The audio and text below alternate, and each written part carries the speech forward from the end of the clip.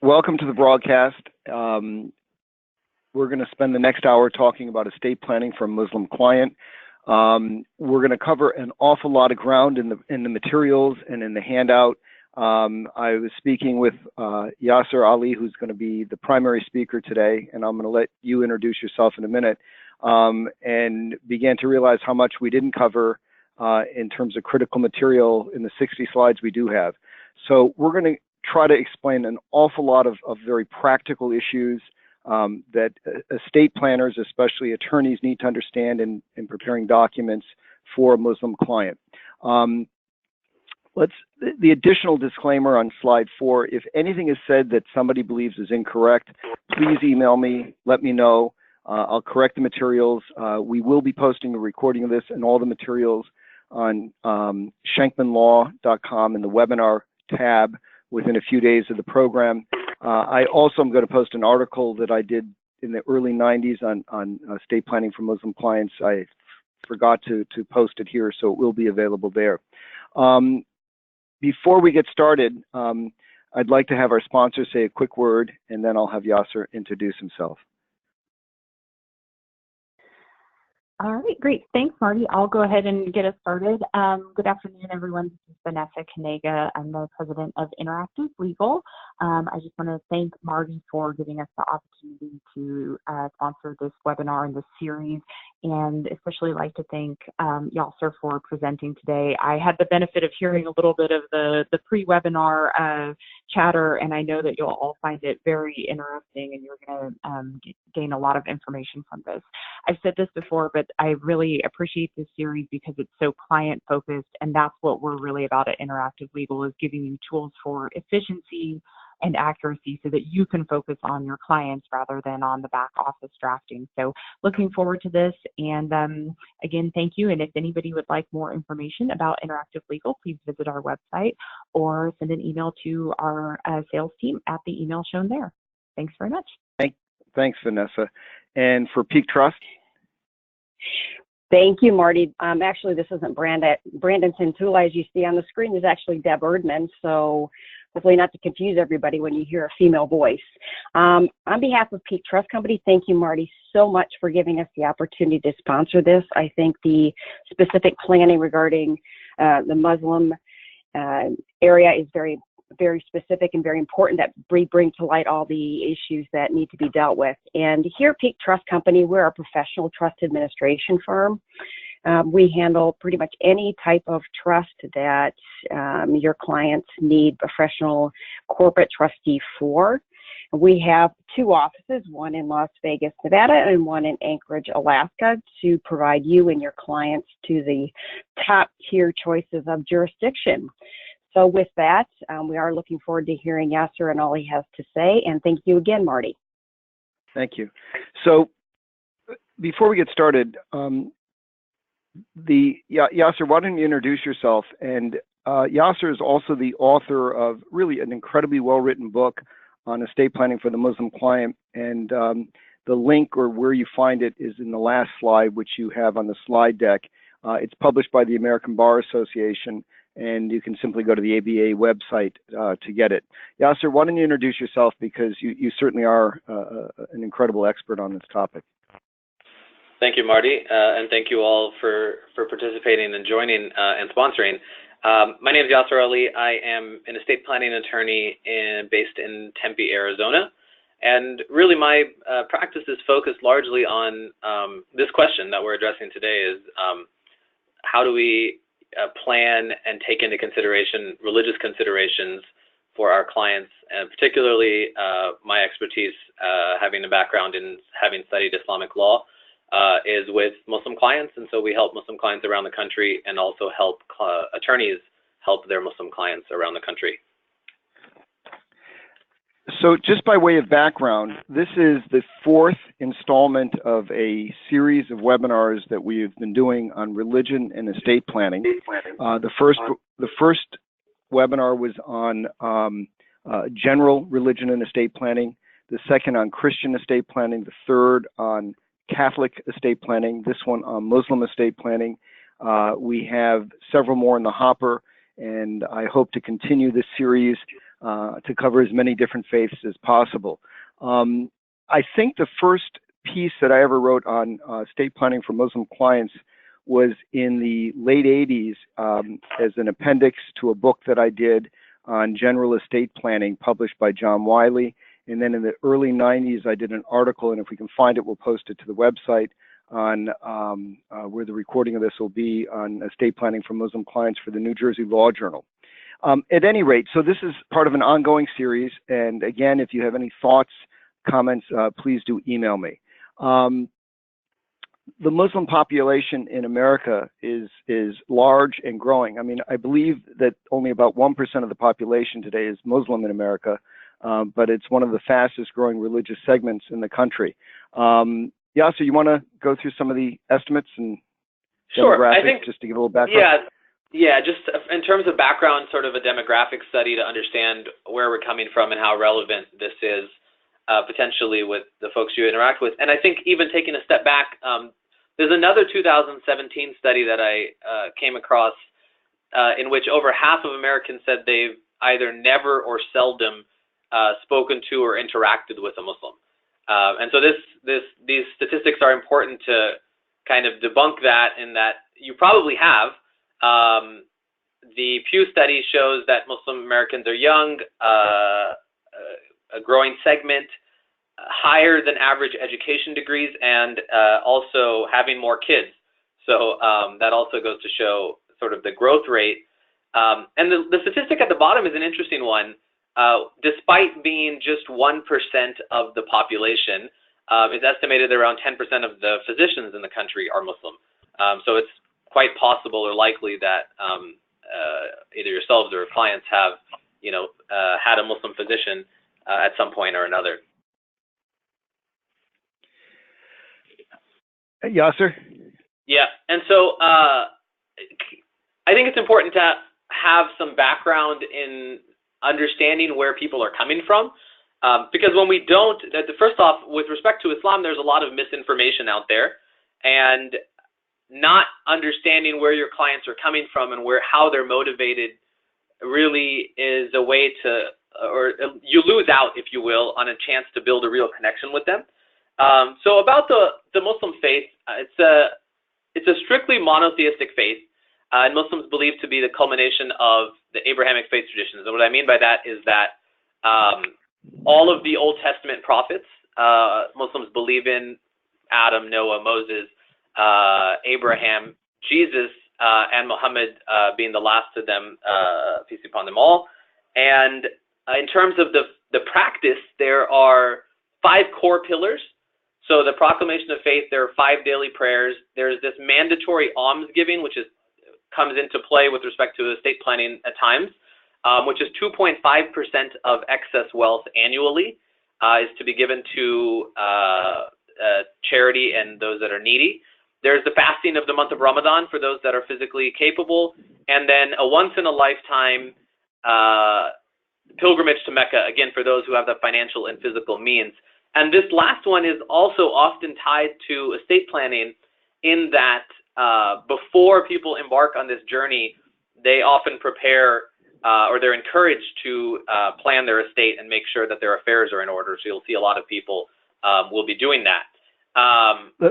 Let me interject a comment.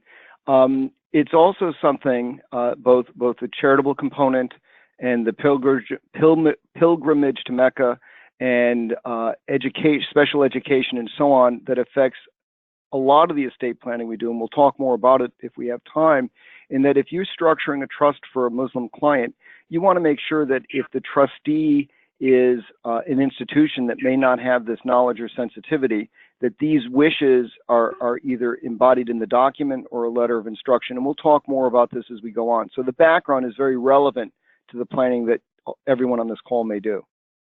Absolutely. No, that's a great point. Having those instructions is going to be really critical for either inside of a power of attorney as well as for the trustee of a trust that we structure. The next bullet is about Sharia, which is really the sensationalized term in our modern context. Loosely, it translates to Islamic law, but it's not really law in the way we typically or conventionally think of law in that a violation of a law would subject you to criminal penalties or to a civil suit, but rather it's more of a moral, ethical, social code of conduct as to how a Muslim would regulate their life. And in many respects, it's similar to Jewish law. So it includes, it governs domestic relations, private contracts, the food we eat, the relationships we have with our family and our neighbors, and also, interestingly enough, inheritance rules, which are explicitly laid out in the Quran, and the other primary source of the Sharia, which is the Sunnah, which are the traditions of the Prophet Muhammad. The next slide. So how is this relevant in America? And we'll talk about sort of the anti-Sharia legislation and hysteria, but there's a good law review article by Professor James Sawney from Stanford University in which he identifies 3 primary areas where Sharia intersects or has application in the American context. And the first is marriage and family law. And with respect to marriage and family law, there's a very well-developed corpus of law about how jurisdictions, state and federally, respect marriages that occur outside of the U.S. And so that's well defined, and Sharia marriages that take place would fall under that sort of rubric. And then estate planning, which we're going to talk heavily about today, and then a burgeoning field of alternative dispute resolution, because a lot of the questions that we're going to talk about and that we're going to tackle, for example, who is a Muslim and who gets to define that, are not well suited for a secular court, but rather would be better handled by a religious tribunal. Marty, you got anything to add on that? This is very common amongst a lot of faiths where you really probably want religious issues resolved by those knowledgeable in religious law. And that raises a problem in that an agreement or a provision for binding arbitration is not binding on the, let's say, the beneficiaries, unless they've separately agreed to it. And it's unfortunate, but there have been a number of cases in cases that have occurred that have stated that a binding arbitration clause, even if limited to religious issues, is not going to be respected by the courts. And one of the ways to address that for any faith is to have the heirs separately agree outside of the document to the provision for binding arbitration so that it will apply. And that's a whole topic that probably would deserve a webinar unto itself. But again, it just illustrates how important religious planning is to the estate planning process. Agreed. So there's I wrote a law review article in the Cal Law Review on this exact case a few years back. And so taking back to 2010, there's the voters in Oklahoma passed a constitutional amendment that bans Sharia in Oklahoma. Now, what's fascinating about this case is that if you look at the legislative history, there is no indication that an Oklahoma court had ever referred to or adopted Sharia in any of its rulings, and yet nonetheless, there was passed overwhelmingly by the voters this, quote, Save Our State Amendment, as it was titled. And you got to love really good plaintiffs' impact litigation attorneys. I think the plaintiff in this case was really strategic, and he argued that this amendment would prohibit or prevent him from having his will probated in accordance with Islamic law. And a federal judge agreed, granting a permanent injunction, finding that it violated the Establishment Clause and Free Exercises Clause of the First Amendment. And the ruling was affirmed by a conservative panel in the 10th Circuit unanimously. And so what's fascinating about this case is that it reaffirms the right of Muslims to conduct their planning consistent with their faith, and was a big victory for proponents of religious freedom. But what we see is that despite a federal appeals court issuing a really scathing opinion, you see that there are several hundred now anti-Sharia bills that have subsequently been proposed in various state legislatures, despite the proponents of those, and not to make this too political, but despite the legislators knowing very well that these are unconstitutional. And so that gives you a framework of kind of the political landscape that we're in when we're talking about Sharia and how sensationalized it's become. I actually prepared most of the slide material for the slide deck that Yasser reviewed. This was an issue that I had not been aware of. I had not heard about it until he added it to the slide deck. And I Google searched anti-Sharia laws. I was absolutely shocked and appalled at the ugliness and the irrationality of these bills. It's completely discriminatory. I don't understand any logical basis for any of this. And as Yasser pointed out, 200 plus bills, this is pervasive. So we can't address the social aspect of this, and I don't want to get political in commenting on it. But as an estate planner, if you're going to help plan for a Muslim client, and the Muslim client wants to have provisions of their will, their dispositive scheme, adhere to Sharia law, and we'll talk more about that, you need to take specific proactive steps to protect that client's wishes because of this incredible risk. I'm sorry. So we're going to come back to that, and we're going to give you some specific prescriptions of drafting and planning to address that risk, because it's very significant. And again, to me personally, very disturbing. Slide 12. Should an attorney address religious considerations? And this is a slide that I've had in all four of the religious programs we've done, because I just think that the concept is so vital to talk about. One of the gentlemen that registered for this course emailed me in advance, and I just want to read part of his question. How sensitive should one be to cultural, ethnic, religious issues in these settings, given the ongoing and heightened tensions between nations and people? I think, first, I can tell you my personal experience in 35 plus years of practice.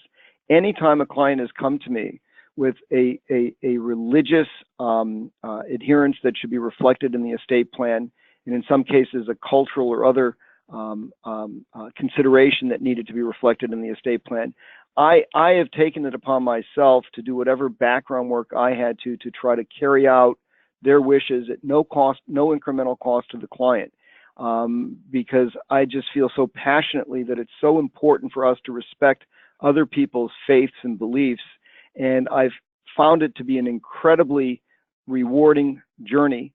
The articles that I mentioned that I wrote about planning for Muslim clients in the 80s and 90s came out of clients that I tried to help, didn't have the background, and spent the time reading and researching to hopefully have done the job properly for them.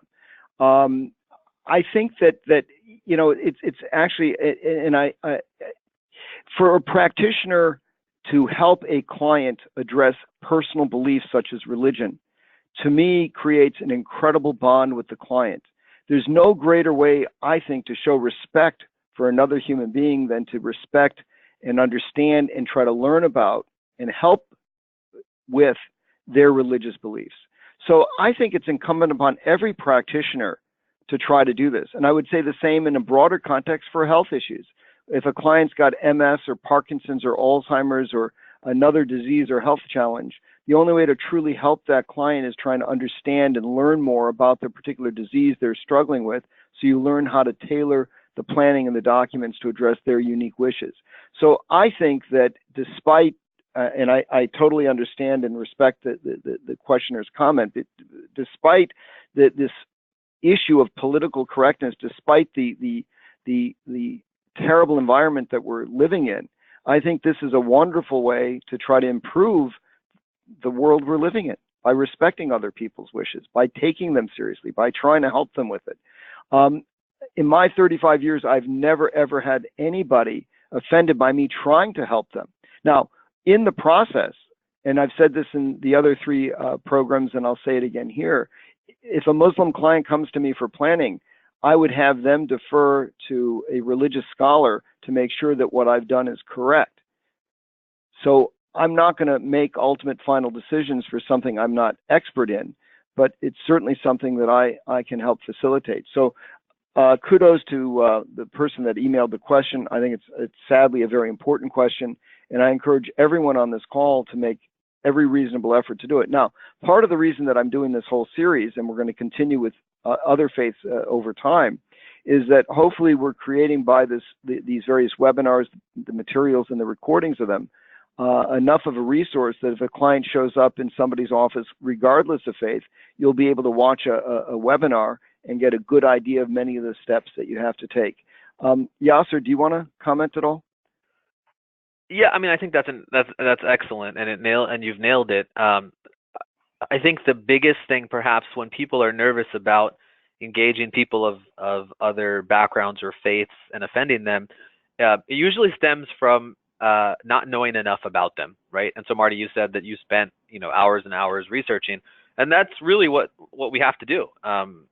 It's very hard to offend someone or to dislike someone when you know a lot about them. And so this is great that you all are here, and hopefully we can continue to provide resources for that education.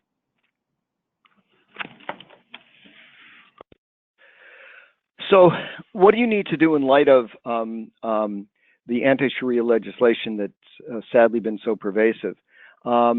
One of the things that I discussed with Yasser when we were preparing these materials, it seems to me that the default way of dealing with a Muslim client should be not to rely on a will, rather to have as the default plan, the core plan, a revocable trust. In that revocable trust, I would expressly include a change in situs clause. I would appoint a trust protector who can change the situs. So if the particular jurisdiction that the client lives in, the Muslim client lives in, should happen to pass laws that would make it impossible or even just difficult or even just uncomfortable to carry out their religious wishes in their estate planning documents, if the primary vehicle is a funded revocable trust, the trust protector can simply, by figuratively a stroke of the pen, I guess it's preparing a typed document, but by a simple trust protector action, move the trust situs and change governing law, that should be expressly permitted as well, to a jurisdiction that does not have those restrictions. It's unfortunate that that has to be the default plan, but it really must be. So I think that's really critical. Similarly, if you're drafting, and I think that in many cases, this is becoming the norm of drafting modern irrevocable trust, you also would like to have a provision for change of situs in governing law. And again, I prefer the mechanism of having a trust protector who can facilitate the change in situs in governing law to make it very simple and to avoid a need for court action. That way you can hopefully avoid dealing with a court that may be operating in a jurisdiction with anti-Sharia legislation. Yasser, any comments on that? Again, I think even in jurisdictions where probate is not so burdensome, and a lot of practitioners might be comfortable just creating will-based estate plans, for Muslim clients against or that are dealing with this type of political background, it's imperative almost to consider the use of a revocable trust for this reason and ones that we'll talk about subsequently as well with respect to clarifying distribution and dispositive provisions and amending those subsequently. So in my practice, it is overwhelmingly trust-based. We're doing trusts for our Muslim clients, and very seldom do we suffice with just wills. A quick plug for Interactive Legal. If you, in any drafting software, if you are still drafting using forms, I think this gets more difficult, costly, and time-consuming to do. If you're using document generation software to create a revocable trust estate plan, to put in special provisions for change of situs, to add a trust protector provision, and so on and so forth, even if that's not your customary way of drafting, if you have document generation software, Interactive being one of several well-known programs in the industry, it becomes very simple and not particularly costly or time-consuming to generate these types of documents and to tailor them not only for tax planning, but for the personal needs of the client. let's talk about goals of an estate plan. And the first bullet point is mine, and that really, I think, leads into this whole topic. Estate planning should not be just about the transmission of wealth. It should be about the transmission of values. And that's why I think addressing religious issues, personal values, investment values for all clients is very critical. And as you'll see throughout this, the remainder of our presentation for Muslim clients, estate planning itself, as Yasser explained, before a pilgrimage to Mecca could be viewed as an act of religious devotion. You want to comply with the inheritance laws of the Quran. You probably want to provide for an appropriate religious education for your children. You probably want to have a arbitration before a religious body of religious issues, not before a secular court.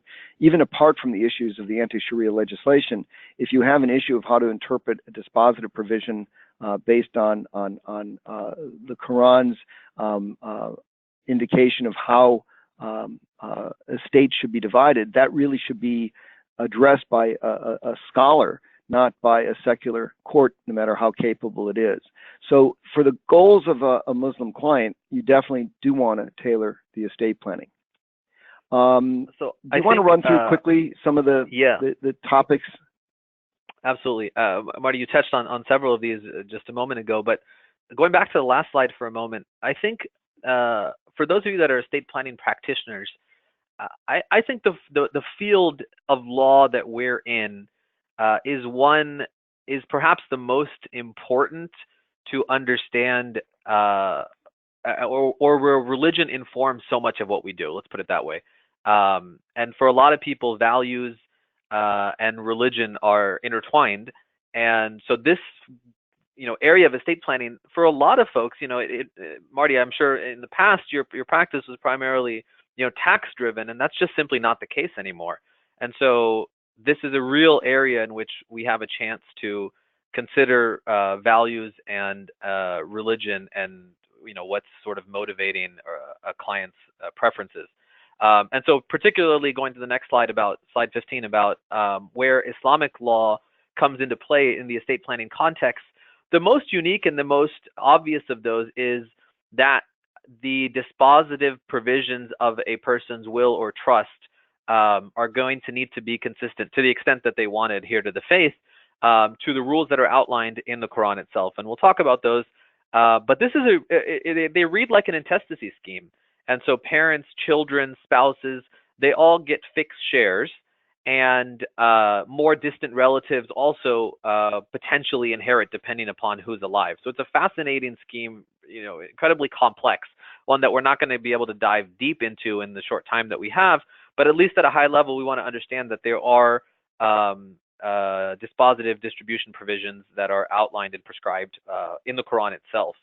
Charitable giving, we talked about. Of course, healthcare decisions are going to be largely motivated or driven by a person's faith. In many cases, no different here within the Muslim community. Burial, funeral, and post-death arrangements, you'll see within the Muslim tradition that there is an emphasis on a very quick burial, often within 24 hours, no autopsies, and we'll talk about those things. And then also, who we pick as fiduciaries is going to be really critical in this conversation.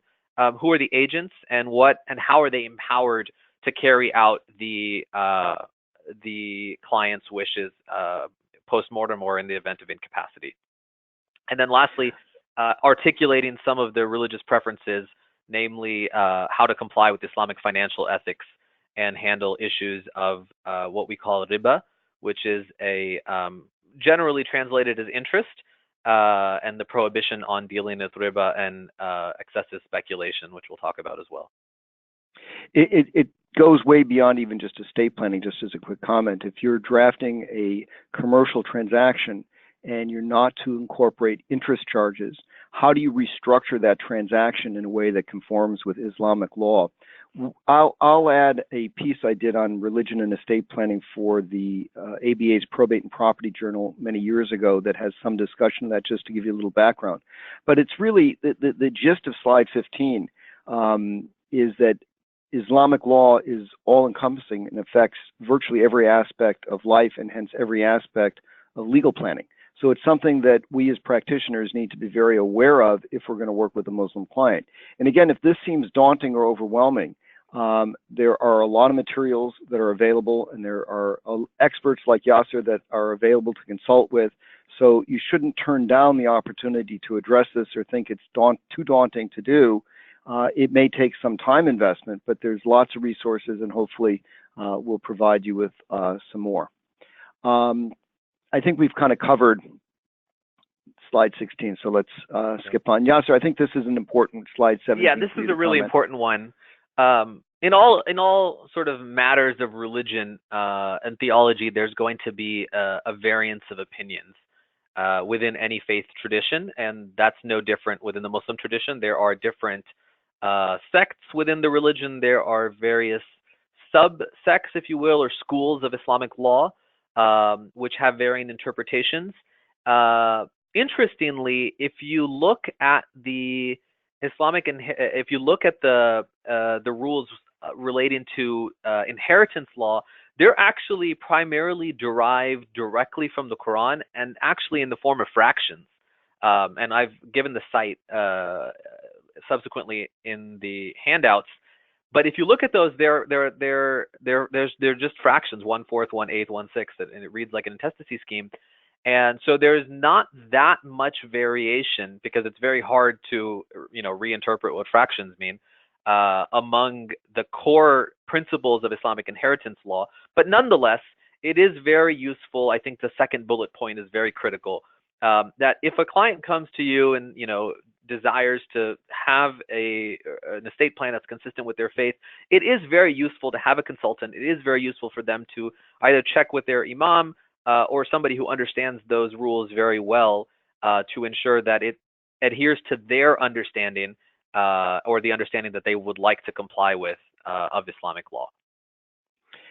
That's not difficult to do. If you draft a document that you believe has conformed with Islamic law for a Muslim client, give the drafts to the client, which you're going to do anyhow to review, and just encourage the client to speak with their imam, and have, if they don't know a scholar to speak with, have somebody recommend one, and let them have it confirmed what might need to be changed or not.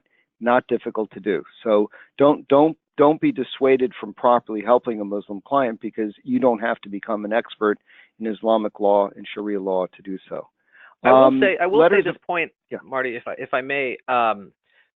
It's very important to define Islamic law and whose interpretation you're utilizing, so as to not leave that open-ended and potentially open to litigation. So in the trust that we draft, for example, and you'll see this if you order the book, we actually define the rules of Islamic inheritance law within the document itself and reference those. And so if there's any dispute or question, it's going back to what's cabined within the instrument itself, or alternatively to somebody who has the ability to be the final arbitrator on those issues, rather than leaving it open-ended. Yasser, maybe it's worth at that point to mention something that you and I had spoken about preparing the materials. There's not a national body or organization that generally handles arbitration of Islamic inheritance disputes. Is that correct? Yeah, as of yet, there is not. So really, how would you name, who would you name as an arbiter of these issues should they arise? How would you handle that? Yeah, and that's why I like to define it in the instrument itself, given the limitations structurally. But a panel of imams or an arbitration body, some of these things are in the works. But given the anti-Sharia legislation, a few of the bodies that were formed were then kind of struggling to survive. So it's a work in progress. I think that's probably something we can work on as a follow-up. Letters of instruction.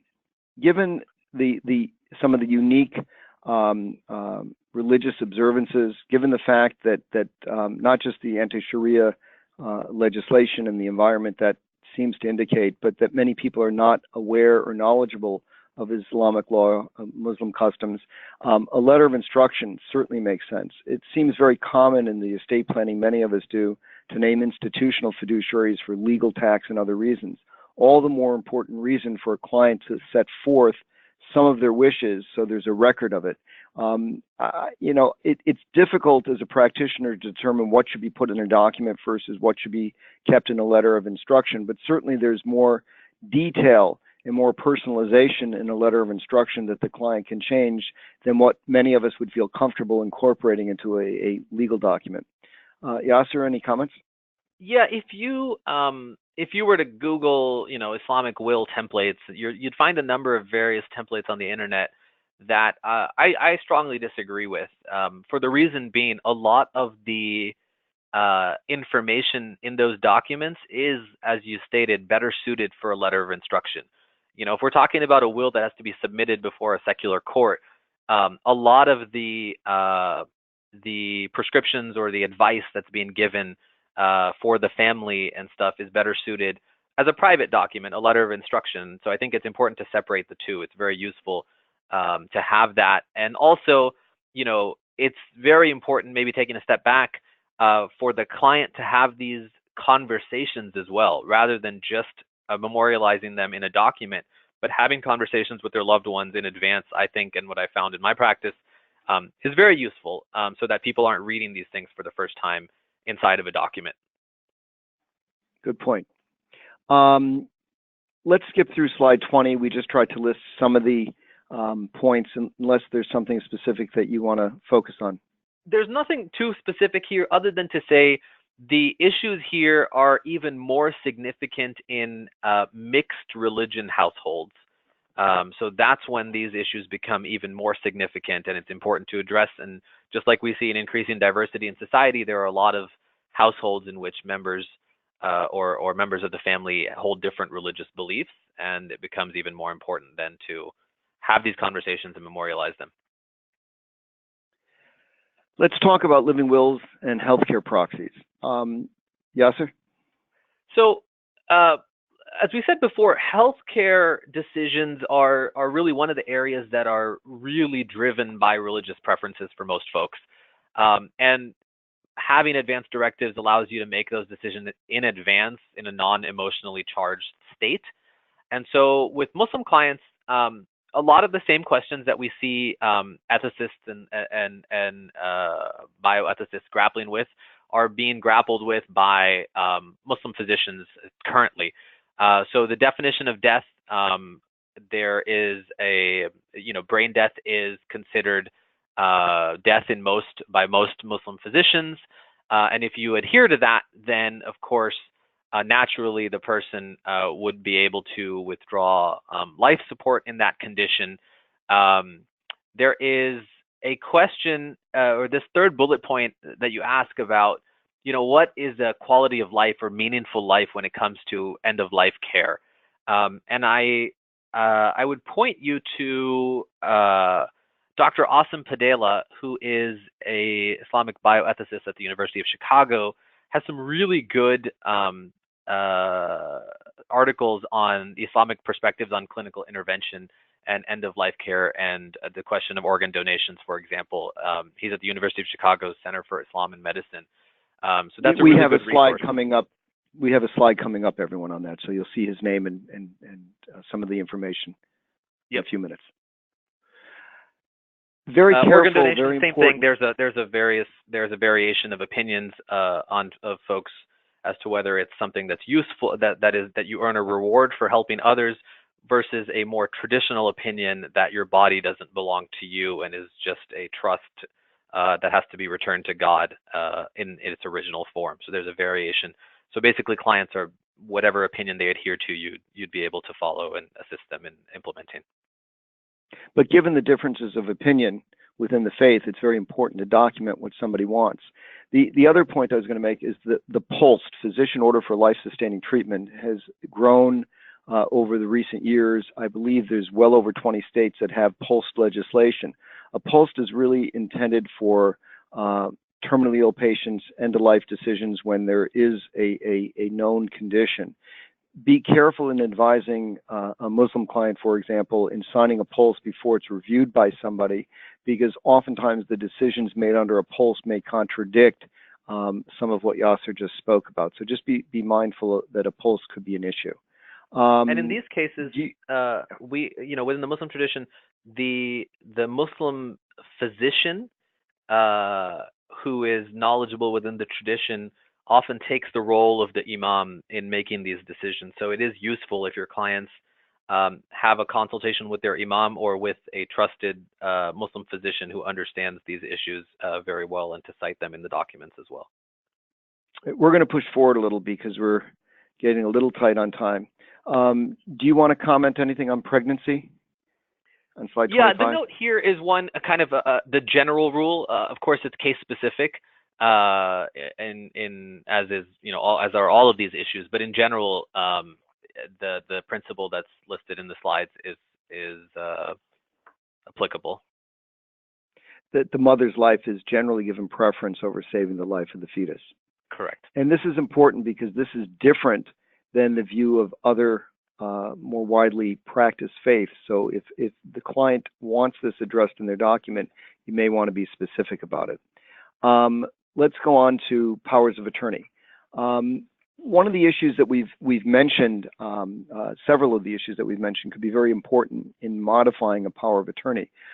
First of all, most of the power of attorney documents that I see don't address charity at all. And obviously, based on what we discussed earlier, for a Muslim client, it's very important. And in fact, you may want to authorize giving, perhaps in accordance with historic gifting or charitable donation patterns, so that the practice that the client had, if they're incapacitated, can be continued in order to comply with Muslim law.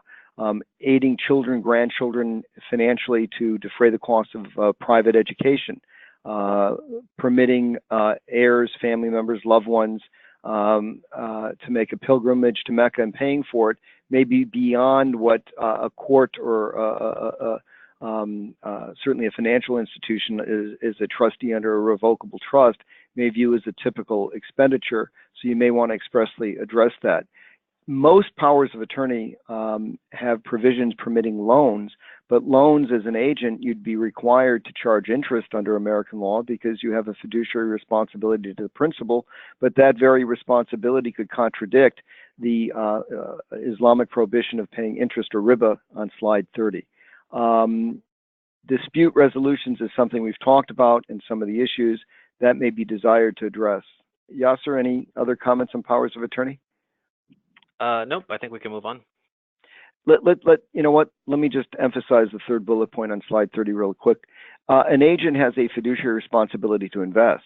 If you don't specify in a Muslim client's power of attorney that they should invest in accordance with Islamic law or ethics, there may be an issue with doing that. The Prudent Investor Act does not permit socially oriented investing unless it has a comparable investment return to general investing.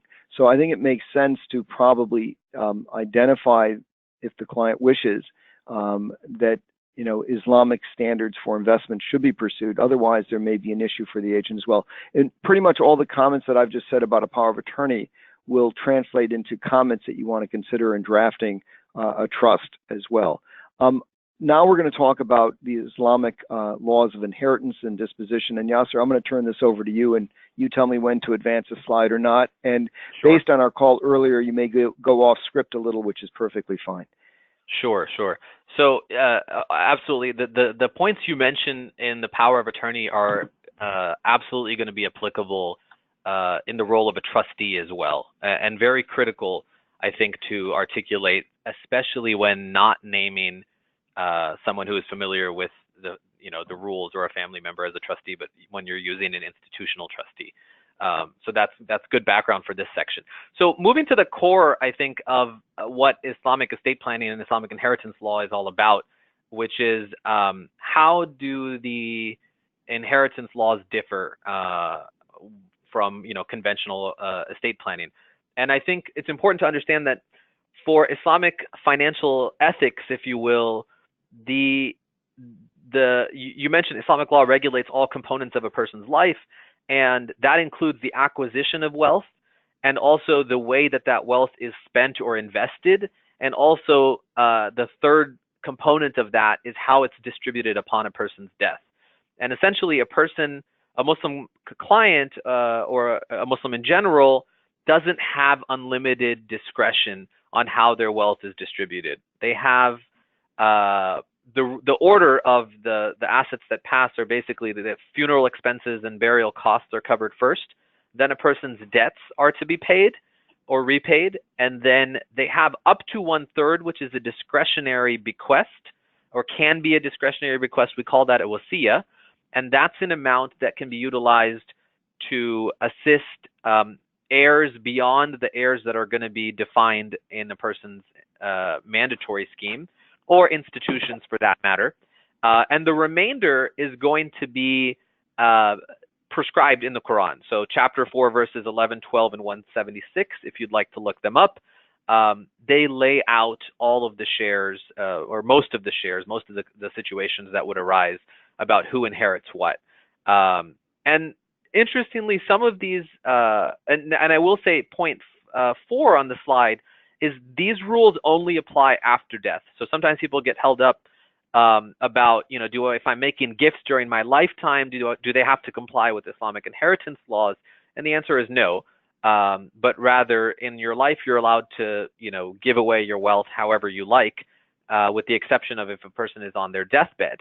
But short of that, once a person passes away or once a person is planning their estate, they need to do so in a way that complies with Islamic inheritance laws.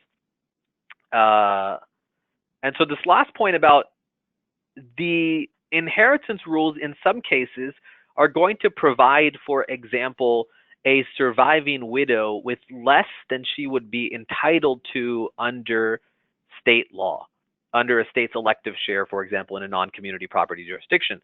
And so these are the kinds of questions that really have some complexity involved with them. How do we address those types of issues? Do you want to jump in here, Marty? No, keep going. Okay. All right. So what types of issues do we see? With that as background, I think the first step is understanding what those rules are. Now, a person, I think for those of you that are looking, in the book, we lay these out in some detail. If you do a quick search kind of those verses, you'll find the rules. But how do they apply in a modern context? I think the next slide addresses some of the issues we see. So joint representation of clients, I'm sorry, if you could go back a slide, Marty. So this, for most Muslim clients now, you're not going to have your conventional sort of the I love you estate plan, which is all to surviving spouse upon death and then in equal shares to my children, but rather each spouse is going to have different heirs because remember, parents will inherit from a Muslim decedent, which is very different than any state jurisdiction when a person has a wife or a spouse and children. So just there's an Islamic ethic within while you're alive to take care of your parents that actually extends even beyond death, so that the parents are entitled to a share. So you're going to have different heirs, and you're likely or potentially going to have different agents as well. And so structuring trusts to enable that or to allow that. Modes of property ownership. So based upon what I just described, the conventional modes of property ownership, namely the joint tenancy with the right of survivorship, is not going to be permissible. And so again, how do we consider that tenancy by entireties? How do we consider those issues within the Islamic framework? I talked and alluded to the surviving spouse's share under Islamic law. The next one is restricting inheritance to Muslim heirs. So the shares that are defined. Let me interrupt you for a second, and let me ask you a couple of questions. And I know we don't have a lot of time, but just a couple quick questions.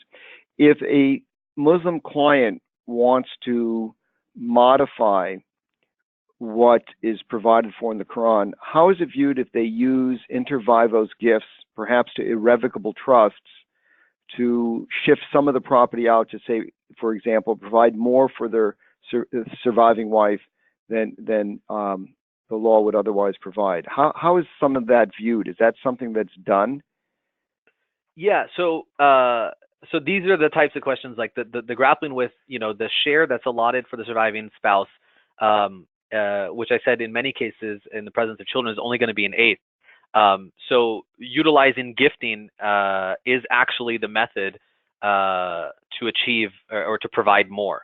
And from an Islamic ethics perspective, devising a scheme to sort of circumvent the rules is going to be frowned upon, but devising or sort of lawyering to structure to protect your beneficiaries is not something that is at all considered impermissible or negative. We do that all the time. So exactly, we want to make sure, every client wants to make sure that their spouse, their children, their daughters have enough. And so lifetime gifting is really the mechanism to achieve that. Okay, great. Thank you. So that becomes a core component of a lot of this planning, actually. And the next one is a question that you talked about that's difficult to define. The mandatory shares are limited to Muslim heirs. So who gets to define that? And how do we, what happens when there's a legal challenge relating to that? And those are questions that you have to address, and particularly would want to have a religious arbitrator decide. Disparate distributions on the basis of gender. So the Quranic inheritance scheme provides for males inheriting double the share of females. Now, this is a traditional classical system in which males are considered or were the breadwinners of the family and had to then spend on their sisters. So now again, how do we take those classical rules that somebody wants to adhere to, but nonetheless protect your daughters? And so that's going to be an issue where, a lot of clients use gifting, a lot of clients use disclaimers. So there are different ways that we can facilitate adherence to the law while still, protecting each of the family members.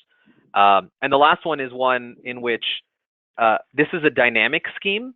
So depending upon who's alive, that's how we're going to determine who inherits what. And so there has to be a mechanism to recalculate in the event of a simultaneous death, or if somebody predeceases and they don't come back and update their trust. So we utilize trust protectors for that, to give that authority to a trust protector. And in my case, as the drafting law firm, we actually name ourselves as the trust protector to be able to make those determinations for the client and for the beneficiaries. Additional questions, and we're kind of short on time, but how do we ensure that the surviving spouse can continue to live in the primary residence? That's often a motivation that a lot of clients have. How do we incorporate that into the plan? And then the last one. Why don't you give a comment or two how you may do that? Yeah, so that is an important point. Yeah, so there's a couple things. We have a few different structures. One is kind of utilizing the note, in which or I guess the first point I will say is that you don't need to have a pro rata distribution of all of the assets. So the first step is to determine, what is the size of the estate, and if it's possible to outright leave the home to the spouse, then that's going to be the optimal way to do it. But if the share that the spouse is going to inherit is going to be less than the share that he or she is entitled to under the Sharia, then there may be a mechanism. You can utilize disclaimers in the instance that the other heirs are adults already, or you could utilize a note in which the shares are protected.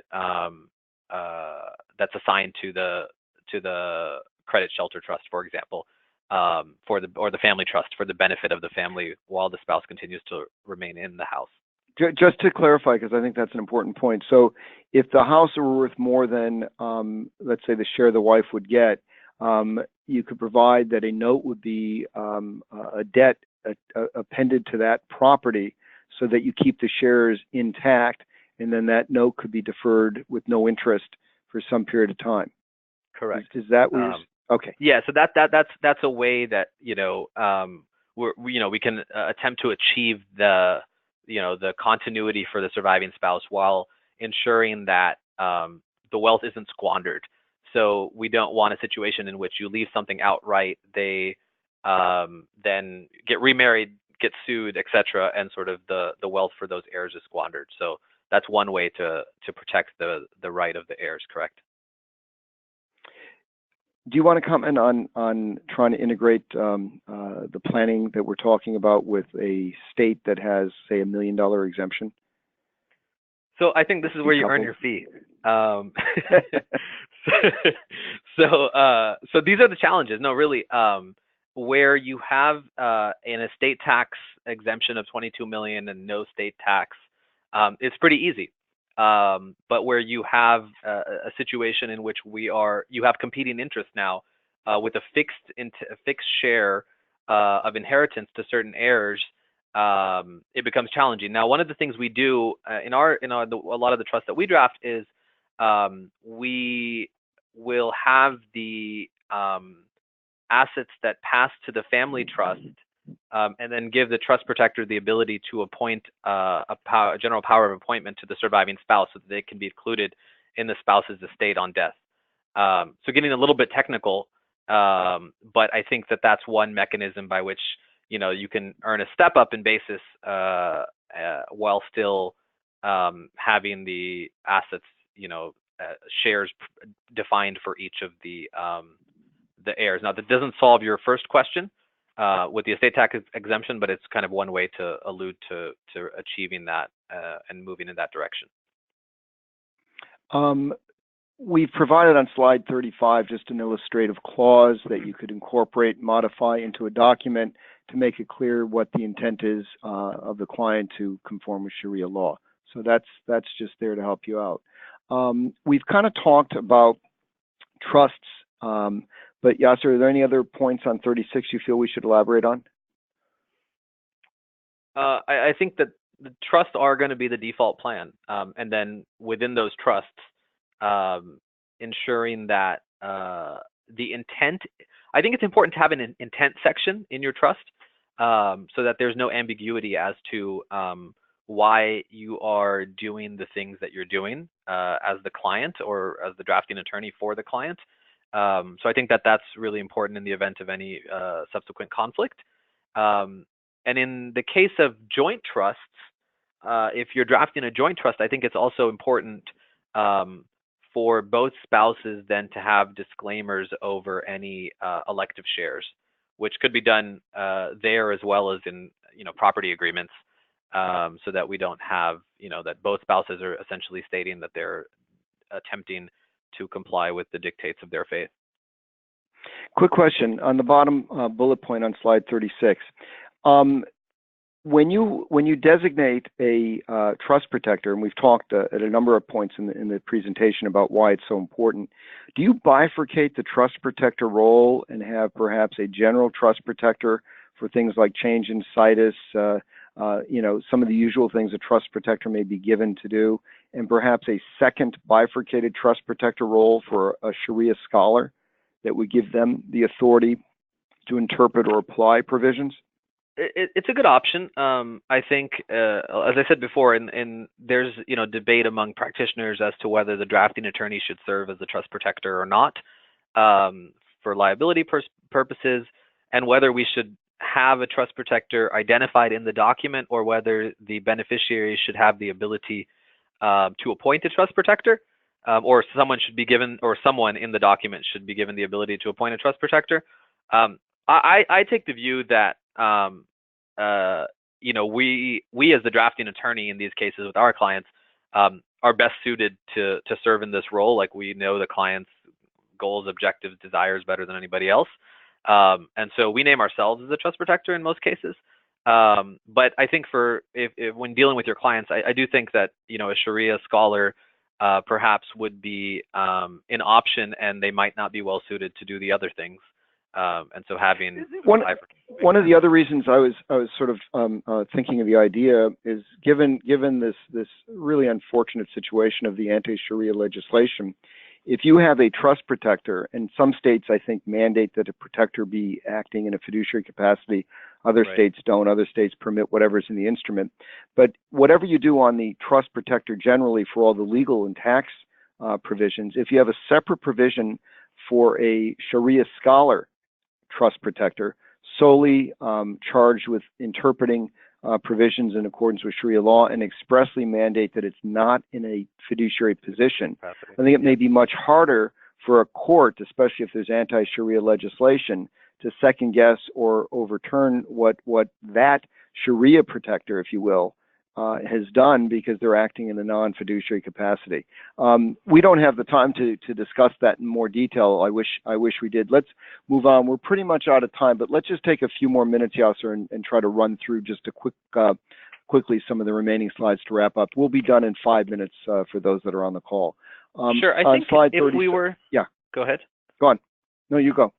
I think if we were, if in the interest of time, if we were going to slide 41, where we talk about religion and planning, 41 and 42, yeah.